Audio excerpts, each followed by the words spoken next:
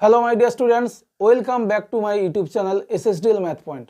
আজকে আমি চলে এসেছি পরিমিতির 2 নম্বরের প্রশ্নের সমাধান নিয়ে। যেহেতু তোমাদের পরিমিতি নিয়ে বেশি ভয়ের কারণ হয়ে থাকে, তাই আজকের 2 নম্বরের যে অঙ্কগুলো তোমাদের এইবারে 2026 মাধ্যমিক পরীক্ষার জন্য ভীষণ গুরুত্বপূর্ণ, সেই টপিক্সের উপর আমি একটু আলোচনা করব। তা যারা আমার এই চ্যানেলে নতুন ভিউয়ার্স রয়েছে, অবশ্যই পাশে থাকা বেল আইকনে প্রেস করে সাবস্ক্রাইব করে দাও, যাতে করে এই প্ল্যাটফর্ম থেকে তোমরা প্রতিনিয়ত আপডেট পেতে পারো। আর পুরনো স্টুডেন্টরা প্রচুর ভিডিওগুলি শেয়ার করো। তা দেখে নিই আজকের পরিমিতি আমি দুটো পার্ট দেব। আজকে হচ্ছে পার্ট 1, পরে হচ্ছে পার্ট 2। কেন একই সঙ্গে অনেকগুলো অঙ্ক পড়লে তোমাদের বোরিং লাগবে, তাই আমি পার্টে দিচ্ছি, তোমাদের দেখতেও সুবিধে হবে। এবং অতি অবশ্যই ব্যস্ততার মাঝখানে সেগুলো খুব ভালো করে প্র্যাকটিস করে নিও, কেন এই টাইপে কিন্তু প্রশ্ন আসার সম্ভাবনা এবারে খুব বেশি। তা প্রথম যে প্রশ্নটা রয়েছে, 1 নম্বর প্রশ্ন, দুটি আয়তঘনের মাত্রা রয়েছে যথাক্রমে 4, 6, 4 একটা আয়তঘনের, অপর একটা আয়তঘনে রয়েছে 8, 2h-1 এবং 2 একক। এবার বলেছে যদি দুটি আয়তঘনের ঘনফল অর্থাৎ আয়তন সমান হয়, সেক্ষেত্রে h এর মান কত? আমি একটু শর্টে লিখে নেব। প্রথম যে আয়তঘন রয়েছে তার মাত্রাগুলো বলছে 4, 6, 4। আর দ্বিতীয় যে আয়তঘনটা রয়েছে 8, 2h-1 আর রয়েছে 2 একক। এবার মাত্রা বলতে কি বলো তো?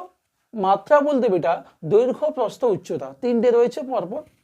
তাহলে যেহেতু দুটি আয়তঘনের ঘনফল সমান বলেছে, আয়তন সমান বলেছে, তাহলে আমরা আয়তন সমান কি জানি? দৈর্ঘ্য, প্রস্থ, উচ্চতা, তিনটে গুণফল। তাহলে আমরা কি লিখব? সলিউশন হচ্ছে, যেহেতু দুটি আয়তঘনের ঘনফল সমান, তাহলে বেটা প্রথম যে আয়তঘনটা রয়েছে তার আয়তন বা ঘনফল বলতে পারো কি পাবো? 4 × 6 × 4। এটা সমান হচ্ছে দ্বিতীয় আয়তঘনের ঘনফল, অর্থাৎ তার দৈর্ঘ্য হচ্ছে 8, প্রস্থ হচ্ছে 2h-1 এবং উচ্চতা হচ্ছে 2। তাহলে কি ক্যান্সেল হচ্ছে দেখো? 4 4 গুণ করলে 16, আর এদিকে দেখো 8 আর 2 গুণ করলে 16। তাহলে পড়ে থাকছে 2h-1 = 6।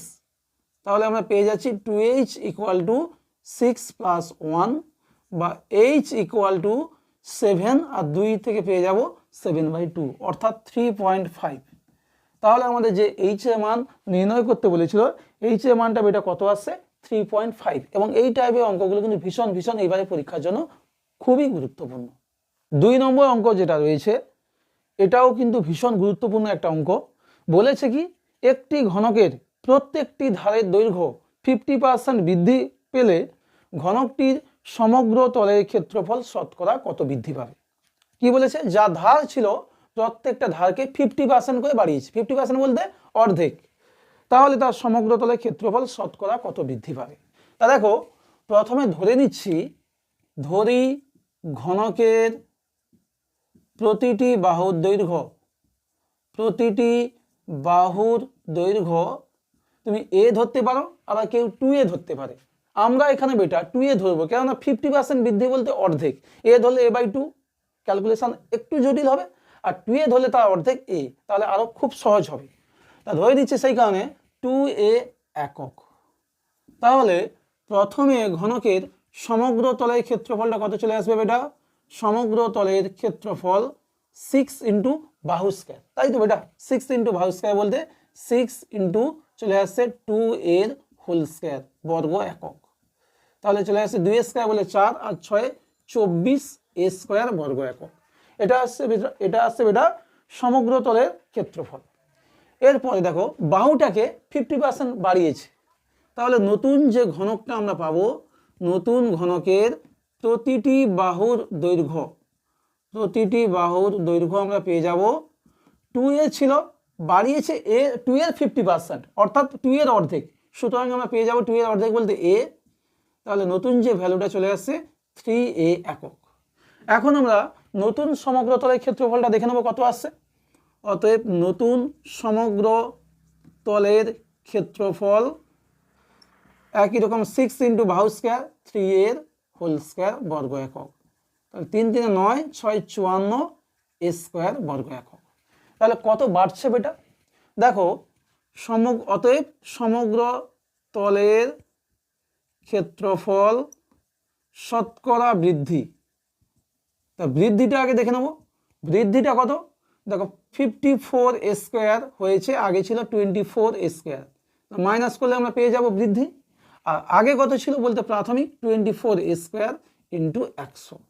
তাহলে উপরে আসছে দেখো 30 স্কোয়ার বাই 24 স্কোয়ার ইন্টু 100।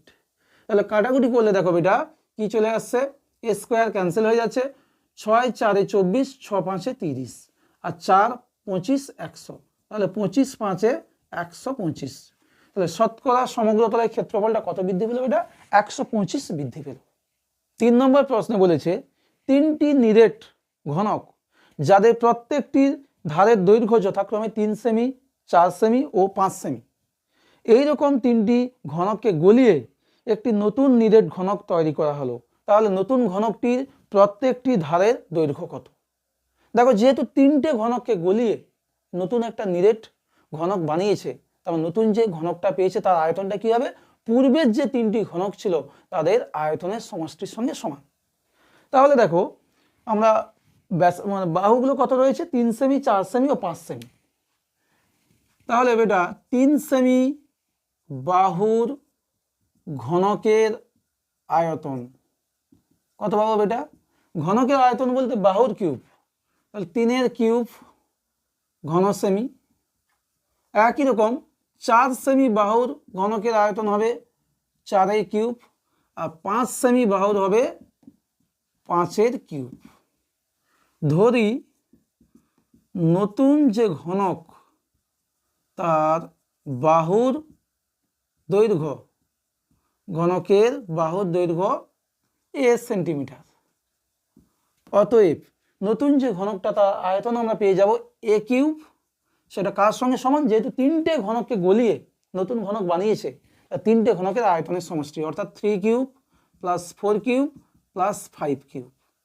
বা a কিউব সমান চলে আসে 3 কিউব বলতে 27, 4 কিউব 64, 5 কিউব হচ্ছে 125।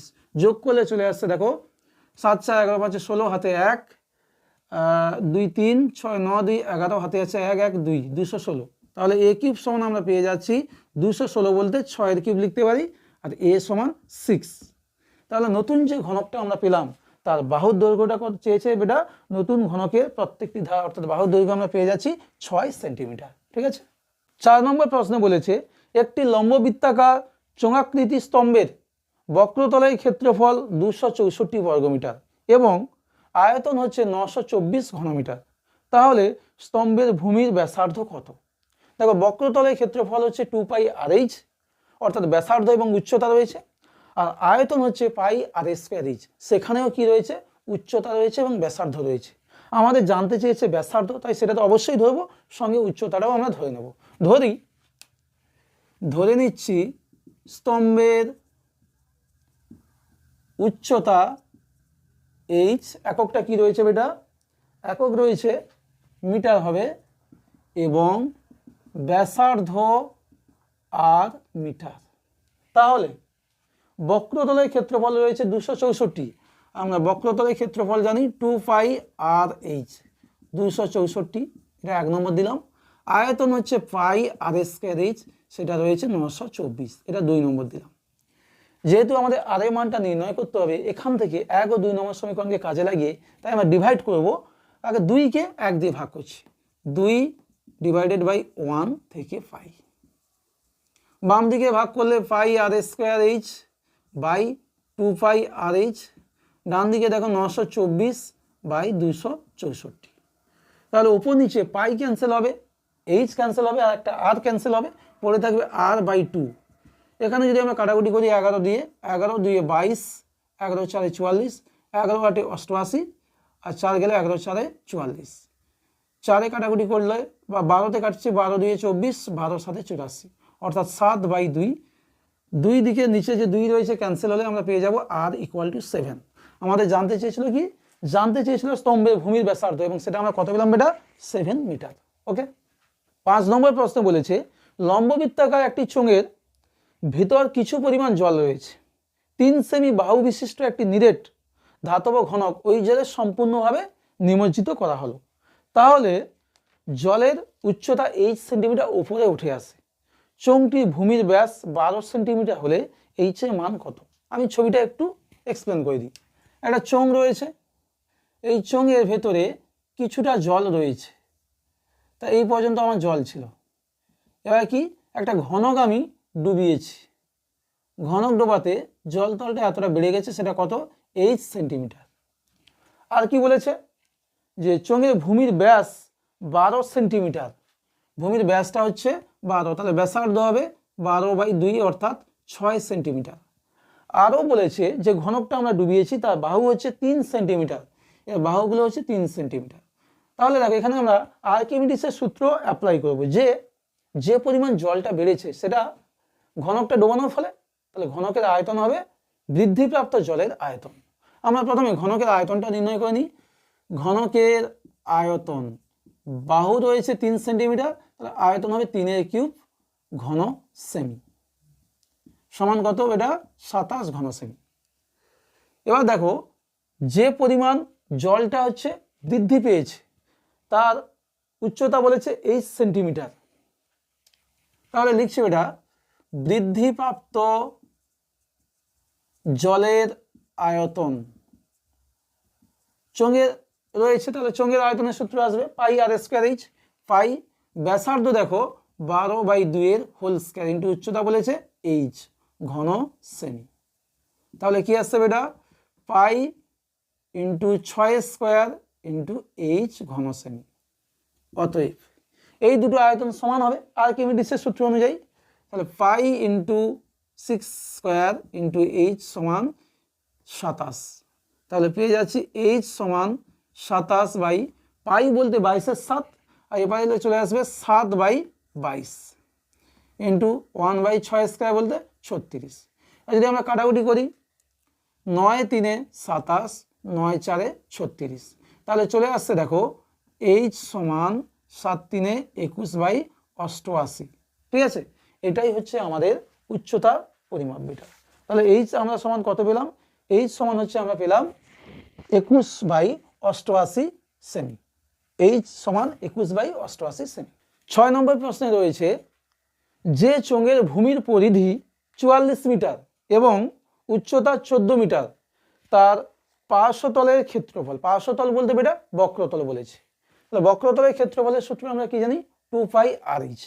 প্রথমে রয়েছে চোঙের ভূমির পরিধি, তাহলে দেখো চোঙের ভূমির পরিধি, ভূমিটা হয় বৃত্তাকার, ভূমির পরিধি বলতে আমরা এইভাবে ভাবতে পারি 2πr, সেটা কত রয়েছে বেটা, এটা রয়েছে 44 মিটার, এবং চোঙের উচ্চতা h ইকুয়াল টু রয়েছে 14 মিটার। তাহলে বেটা চোঙের পার্শ্বতল বলতে বক্রতলের ক্ষেত্রফল, তার সূত্র আমরা কি জানি, 2πr/h। 2πr মানটা রয়েছে 44 আর h এর মান রয়েছে 14 বর্গ মিটার। 14 4 56, 6 হাতে 5, 14 4 56 আর 5 61, 616 বর্গ মিটার। তাহলে চোঙের পার্শ্বতলের ক্ষেত্রফল আমরা কত পেলাম বেটা, 616 বর্গ মিটার, এটাই অ্যান্সার।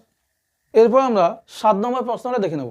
কি বলেছে, একটি লম্ববৃত্তাকার চোঙের ব্যাসার্ধের দৈর্ঘ্য 50% হ্রাস মানে কমিয়ে দিয়েছে এবং উচ্চতা 50% বৃদ্ধি করা হলো, তাহলে চোঙটির আয়তনের শতকরা কত পরিবর্তন হবে?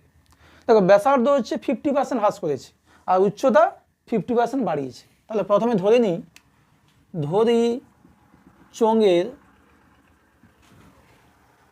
চোঙের ব্যাসার্ধের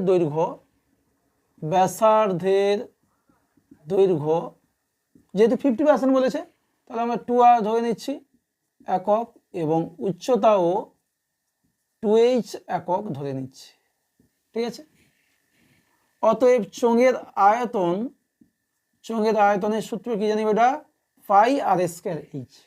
পাই ব্যাসার্ধ বলতে 2r, তার হোল স্কয়ার ইন্টু এইচ বলতে 2h ঘন একক। কত আসবে এটা? 2 স্কয়ার এখানে 4 আর 2 রয়েছে মানে 8, 8 পাই আর স্কয়ার এইচ ঘন একক। নতুন চোঙের ব্যাসার্ধ অবশ্যই 50% কমিয়েছে বলতে অর্ধেক কমিয়ে দিয়েছে। 2r ছিল তার অর্ধেক বলতে আর কমে গেলে পড়ে থাকছে আর একক। নতুন চোঙের উচ্চতা সেটা অবশ্যই কি করেছে বেটা? 50% বাড়িয়েছে, অর্থাৎ 2h এর 50% মানে 2h এর অর্ধেক, অর্থাৎ h বাড়িয়েছে। 2h প্লাস h সমান কত বেটা? 3h একক। অতএব নতুন চোঙের আয়তন পাই আর স্কয়ার বলতে আরই থাকছে, h বলতে 3h ঘন একক। তাহলে কত আসছে বেটা? 3 পাই আর স্কয়ার h ঘন একক। এবার আসছে আয়তন শতকরা কত কমেছে। দেখো কমে গেছে, 8 পাই আর স্কয়ার ছিল, এখানে এসছে 3 পাই আর স্কয়ার h। অতএব চোঙের আয়তন শতকরা কমে গেছে। কত ছিল? 8 পাই আর স্কয়ার h, সেখান থেকে হয়ে গেছে 3 পাই আর স্কয়ার h বাই প্রাথমিক বলতে প্রথমে ছিল 8 pi r square h into 100। তাহলে কত আসছে? 8 থেকে 3 গেলে 5, অর্থাৎ 5 pi r square h by 8 pi r square h into 100। কাটাকুটি হয়ে গেল, 4 2 8, 4 25 100, অর্থাৎ 25 5 125 বাই 2 সমান 2 6 12, 2 2 4, 62% দিলে হবে না বেটা, শতকরা লেখা আছে। তাহলে 62 অর্থাৎ 62.1/2। শতকরা কত কমে? 62.1/2। এবার রয়েছে 8 নম্বর প্রশ্ন, এই পর্বের শেষ অঙ্ক। একটি সমকোণী চৌপলের প্রতিটি ধার অর্ধেক করার ফলে মূল চৌপল এবং পরিবর্তিত চৌপলের সমগ্র তলের ক্ষেত্রফলের অনুপাত। কি করেছে? প্রত্যেকটা ধারকে অর্ধেক করেছে বেটা। তা প্রথমে ধরে নিচ্ছি, ধরি সমকোণী চৌপলের দৈর্ঘ্য a, প্রস্থ b এবং উচ্চতা c একক। এই তো বেটা। তাহলে কি জানতে চেয়েছে? সমগ্র তলের ক্ষেত্রফল বেটা কি আসবে? সমগ্র তলের ক্ষেত্রফল আমরা সূত্র জানি, 2 whole ab plus bc plus ca বর্গ একক। নতুন সমকোণী চৌপলের সমগ্র তলের ক্ষেত্রফল কত আসবে বেটা? দেখো সমগ্র তলের ক্ষেত্রফল আসবে 2 ইন্টু, প্রত্যেকটাকে অর্ধেক করেছে, a ছিল a/2, b ছিল b/2 হবে, আর c ছিল উচ্চতা, সেটা হয়ে যাবে c/2। তাহলে প্রথমে আসছে a/2 into b/2 plus b/2 into c/2 plus c/2 into a/2 বর্গ একক। তাহলে চলে আসছে দেখো বেটা 2, আর প্রত্যেকটা নিচে 4 রয়েছে, 2 2, তাহলে 4 একটা কমন চলে গেলে ab plus bc plus ca। তাহলে থাকছে 1/2 ab plus bc plus ca। অতএব নির্ণেয় অনুপাত, কি অনুপাত চেয়েছে বেটা? আগের যে সমকোণী চৌপল ছিল তার সমগ্র তলের ক্ষেত্রফলের সঙ্গে নতুন যে সমকোণী চৌপল তার সমগ্র তলের ক্ষেত্রফলের অনুপাত। আগেরটা ছিল বেটা 2 ab plus bc plus ca, এখন পেয়েছি half ab plus bc plus ca। দেখো ab plus bc plus ca, ab plus bc plus ca cancel, 2টা গুণ হয়ে গেলে 4:1। তাহলে আমাদের এটাই হচ্ছে সঠিক উত্তর। তা আজকে এই পর্বে পার্ট 1-এ তোমরা পরিমিতির যে 2 নম্বরের প্রশ্ন, যেগুলো এই বছরে খুব গুরুত্বপূর্ণ, তার সমাধান তোমরা পেলে। পরবর্তী ভিডিওতে আমি পার্ট 2 আনবো, যেখানে পরিমিতির যে বাকি 2 নম্বরের প্রশ্নগুলো গুরুত্বপূর্ণ এই বছরে পরীক্ষার জন্য হতে চলেছে তার সলিউশন নিয়ে। তা আশা করি তোমাদের প্রিপারেশন খুব ভালো চলছে, আর প্রিপারেশানে এই ভিডিওগুলি তোমাদের খুবই হেল্প করবে এবং তোমাদের প্রিপারেশানটাকে আরও হাই করে তুলবে।